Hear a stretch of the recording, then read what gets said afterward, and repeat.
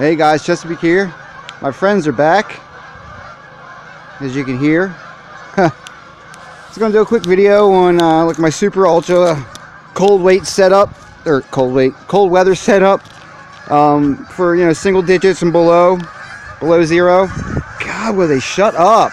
Nope, they're coming into land. Great. I thought they left. They were out last night. They're pretty loud, but the rest of the flock's around the point here, and looks like they're maybe going around to catch up with them. Hopefully they're going around to catch up with them, so I can make this video in a little bit of quiet. But anyway, so yeah, my super ultra cold weight setup. I've got my XLC with the winter cover, and since I got the winter cover separate, like I didn't get it with the hammock, I forgot to order it. Somebody from Hammock Forums had an extra one. I bought it from them, and Warbonnet at the time they made them for the zipper of the hammock. So this one, the zipper on the cover doesn't line up in the same spot as this. So what I do is I clip it on. I leave the netting on, and then I just clip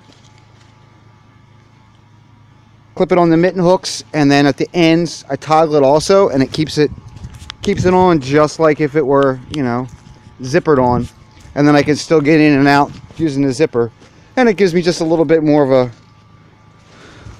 protection from the wind, because I do have the netting inside.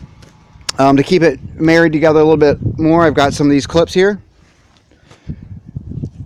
and then right here and right here. So now I've got a vent that the newer Blackbirds come with, but mine also has.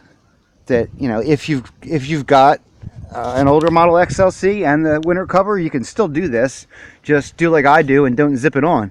Just keep your net on, and you'll be able to have a vent to let some of that condensation out. Same thing on the shelf side. It's just clipped together with the netting on there, and you can see it. There's really no gap at all. I tie it to the hammock like normal, and then that's that. It comes down here, and I've got another clip right here to keep this together, and I just shove it down inside, and it stays down inside all night. No problems. I've got my underquilt protector on from 2QZQ, the argon, embossed argon. So that's that. On the inside, I added some longer orange zipper pulls. So on the inside, for the insulation, I've got obviously my -10 incubator, and I had them add a D-ring, a Beastie D, in the spot that lines up with the mitten hook, so I can clip this on, and it'll keep it pulled out a little bit when I'm laying in there. Keeps it from sliding underneath. When it's really, really cold, I don't use it, but if it's not too windy, I might keep it clipped on there, and then it keeps it in place, locked in place. I lost my ridgeline quilt hooks, but you don't need them. You just need a small S beaner will do the same thing as ridgeline quilt hooks. A regular mini beaner will do the same thing as ridgeline quilt hooks, really. And that, you can see what that does is it changes the angle of your primary suspension, lifting the quilt up more instead of pulling it out more. That keeps it locked in right on your feet over here, and keeps them from sliding under. What I also do is my underquilt protector, I run it up in the S beaner too, giving it the same angle, keeping it in place when it's really windy.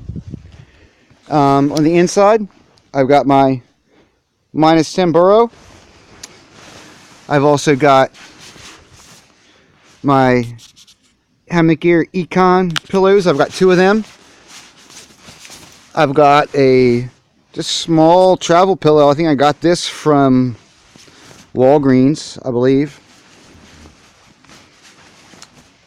Last night, what I used, I made this for my daughter, but with my Burrow, it's got so much down in it, I'm having an issue with it bridging across my chest.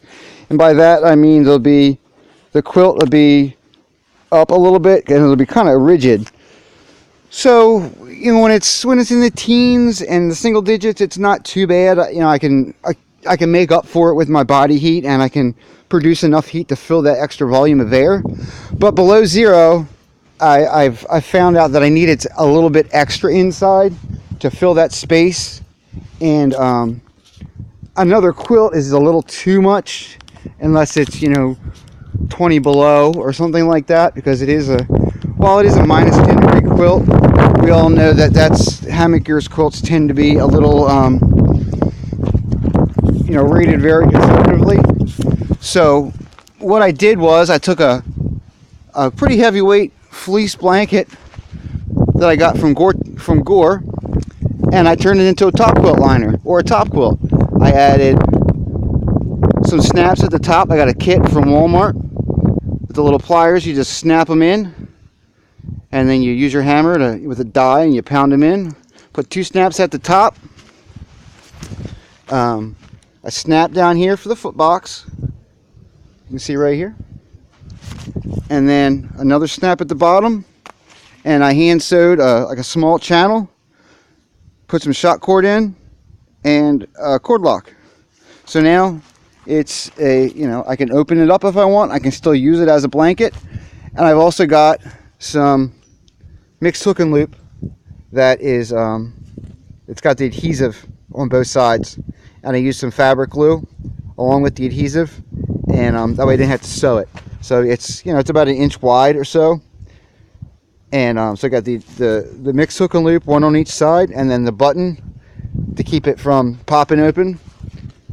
And then so yeah, I added this inside of my minus 10 degree Burrow. Let me pop this open here so you can see how big it is, and use it as a sheet, really. So there it is. Nice thick fleece blanket as its top quilt liner. You know, Dutch sells one now, I believe, and I think Jack's or Better has one. But you can make one at home. You can use any kind of blanket, really, but I found that this works really well. It's just long enough to you know, come up to like my nose area without, you know, being all bunched up around my feet. And I could still use it as a regular blanket if I want, because it's got the foot box that opens. It's not sewn. So I put that inside of my minus 10 degree Burrow, and I was plenty warm. It did the trick. You can also, let me pull the Burrow out.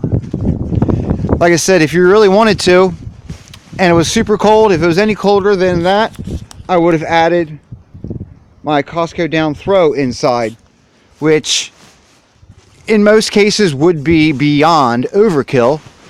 But because of this quilt is so stiff, you know, if it was going to be any colder than, you know, minus 15 or so as a, you know, like a wind with the wind chill, I would add this in just to fill that extra bit of space up. And I'd probably go with a lighter weight clothing system, because I do have the extra down, you know, being that's like it's a 40 degree quilt, but with the extra down I added, I'd say around 30, between 35 to 37. With the right clothing, I can use that on its own too. So that inside of the minus 10 Burrow, I mean, we're talking some serious cold weather. You can see just how stiff it is with the amount of down. So that's what I'm using. If you have any questions, let me know.